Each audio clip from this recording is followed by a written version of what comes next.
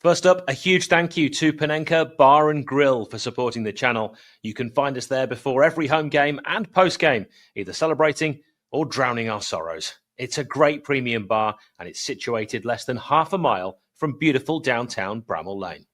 Also, a huge thank you to Parrot Peel. They are a virtual band who create innovative musical experiences just for you. But you already knew that, didn't you? We've been talking about them for long enough. But please do go to parrotpeel.com and check them out because they are awesome. Ale, ale, ale. Ale, ale, ale.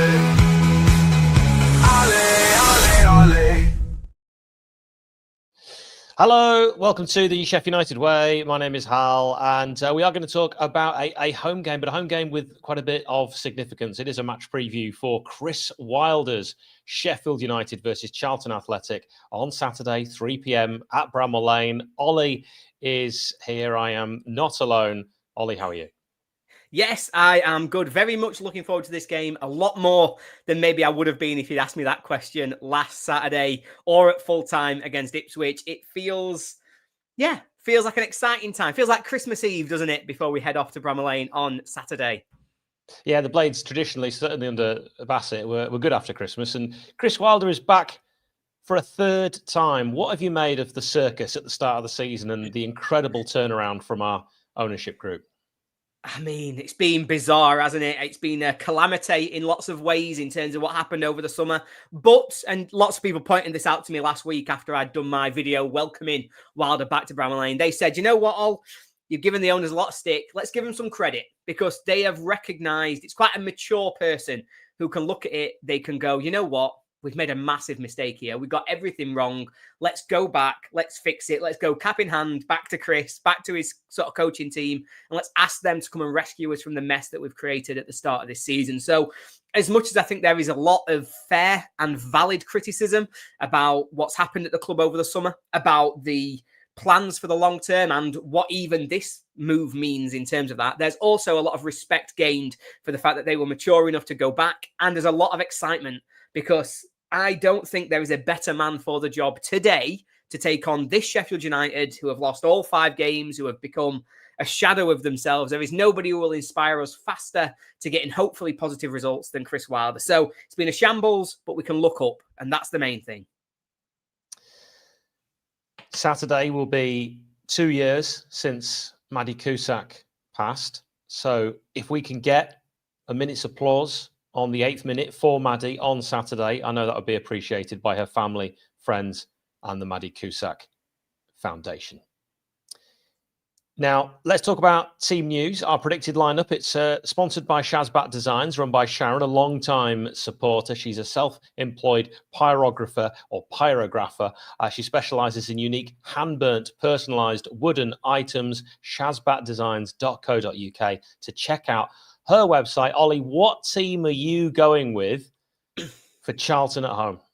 It's a strange one to predict, isn't it? New manager, it's a new era, or is it the same as the old era? It's really hard to predict, I think, in terms of what I actually expect United to do in this game. What I'm going to do is do a little bit of thinking about what Wilder said in that first press conference on Tuesday. He sort of went through the squad. He talked about having 2 right-footed centre-halves and 2 left-footed centre-halves. He talked about the competition at right-back with Sariki and Godfrey. It very much, to me, felt as though his approach was going to be to build on what we did last season.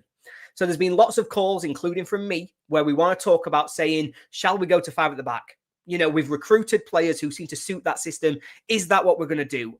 I think maybe it will be still long-term, but I don't think it's what we're going to do for Saturday.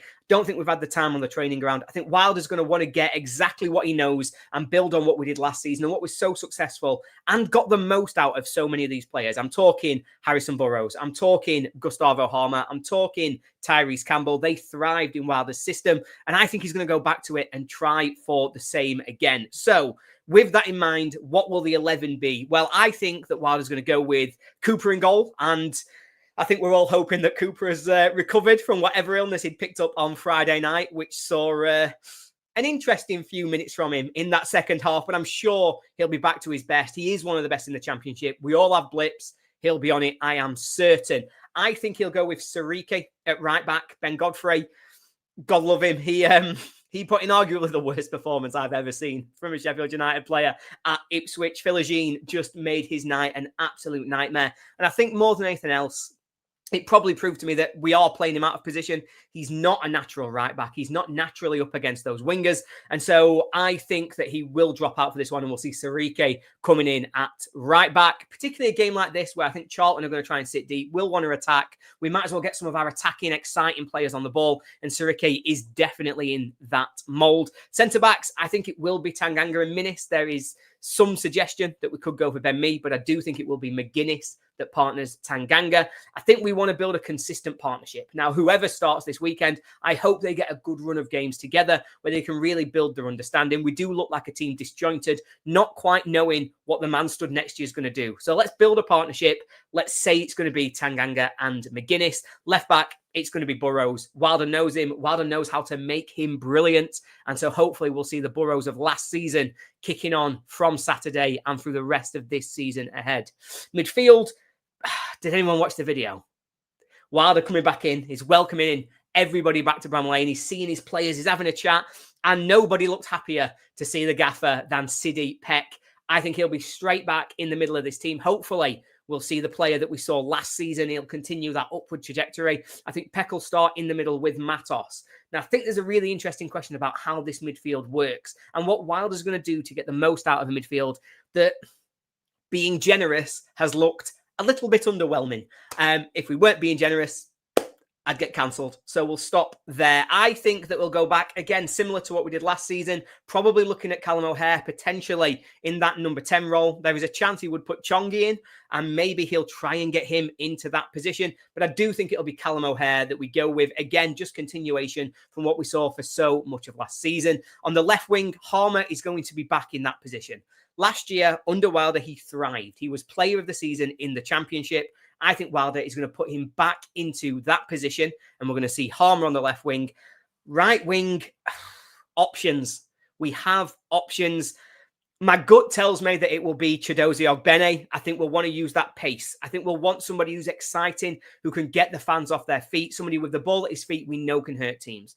He also offers quite a lot of defensive stability to that team if you're going to have Sirike in behind him, because he's played right wing back quite a lot recently during his time at Rotherham, also his time at Luton. So there's every chance we could see him and Sirike almost trading positions at times where Sirike overlaps and Ogbene stays deep. Ogbene goes and Sirike has to stay deep. That's a really exciting right-hand side, and it'd be really fun to see what that does. Obviously, other options, Andre Brooks, him and Sirike, great understanding last season, but I think it'll be Ogbene. And centre forward, it will be Tyrese Campbell. He will start this game. I cannot believe he didn't start the last one, and hopefully we will get back to seeing the best of Tyrese Campbell. That's the 11. That's how I think we're going to line up, but admittedly, I named just about every player we've got under contract.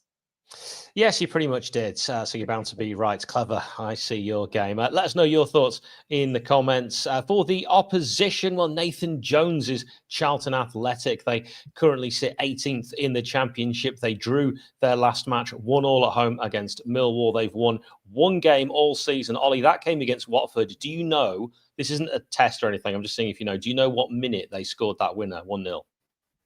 It was right at the death, I think. I think it was about the 94th. It was spot on. Wow, this man knows his stuff. Yeah, 94th minute winner. So clearly Charlton Athletic, they have a fit team. They clearly are athletic if they can keep going until the 94th minute. But that is their only win of the season. They're likely to play a 4-2-3-1. Kaminsky. Ramsey played in their previous match against Millwall, but did get sent off.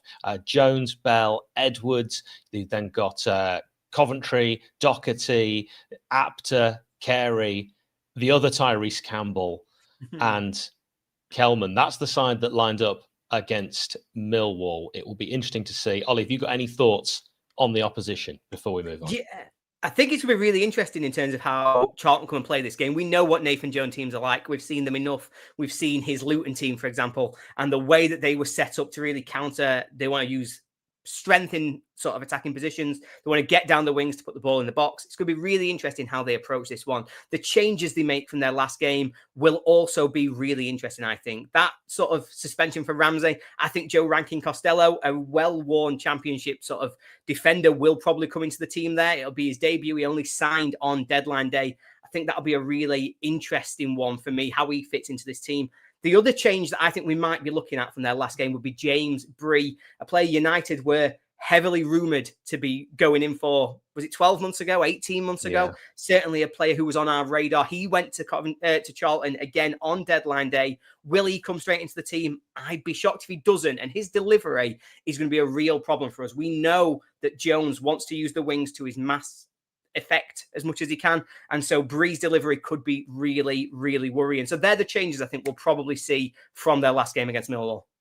Very interesting. We're going to talk about the referee, which is brought to you by Parrot Peel, our friends at Parrot Peel, and they actually have songs dedicated to each match. You can check them out. A lot of them are Blades, parrotpeel.com. They have a song for this match. So if you do want to have a listen to it, if you're watching the video, you can scan the QR code on the right-hand side of that image. If you're listening as an audio podcast, head to Spotify and search Parrot Peel. Greasy Hasina's Pizza, a pop track, which they did in 2022, could be the one for you to get you in the mood for this game. Not that I think it will require much of a mood uplift with Chris Wilder. Some call him the Messiah returning to the dugouts. And the referee for this one is Ben Toner. He's from Lancashire. Boo. Specifically Blackburn. He's only reffed 3 games this season, and he's already given a red and 2 penalties, which if he carries on at that pace will be quite something. Last season, he took charge of 42 games, largely in League One, issuing an enormous 185 yellows. He gave 7 red cards and he gave 10 penalties. The man is fond of dishing out the discipline. Could that be crucial in this game? He took charge of our 2-0 home win last season against Stoke. He refereed Charlton's 5-0 win last season at Northampton. Cobblers. No, it's true. And he was also the man in the middle for the Addicts' 3-0 defeat at Wrexham, Ollie.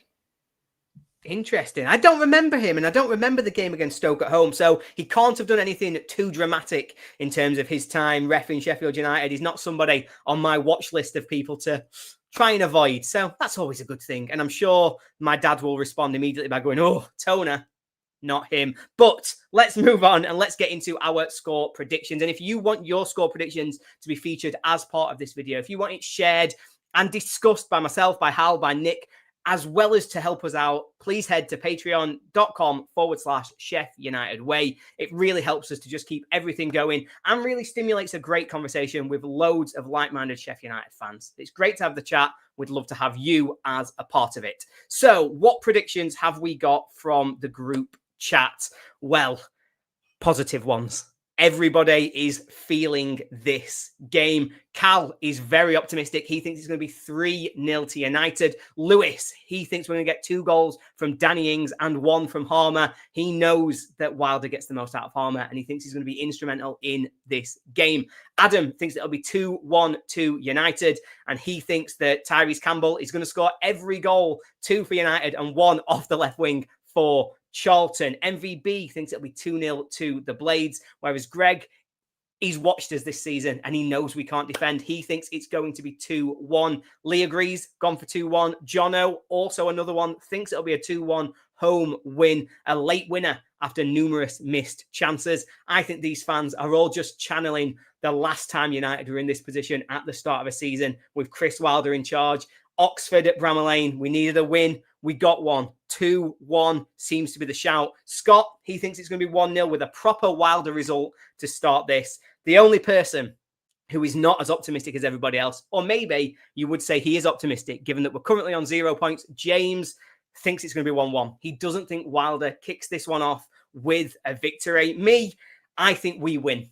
I just do. I believe that this will be a glorious homecoming for Chris Wilder. I think Sheffield United win this game. I'm going with the majority. I'm going with the history. I'm saying 2-1 as well. And I'm just wondering who's going to be the big hero who finally gets us up and running for this season. Hal, where are you at with this? How do you think? You've managed to avoid giving your opinion on Wilder's return, on how the game's going to go. Talk to me about your feelings. What do you want from this Wilder team, and are they going to win? I want it to be exciting. I want it to be more exciting than we've endured at the start of this season. I want it to kick on really from the good parts of last season. We haven't played well since Coventry at home. It's been a long time, and that started under Wilder.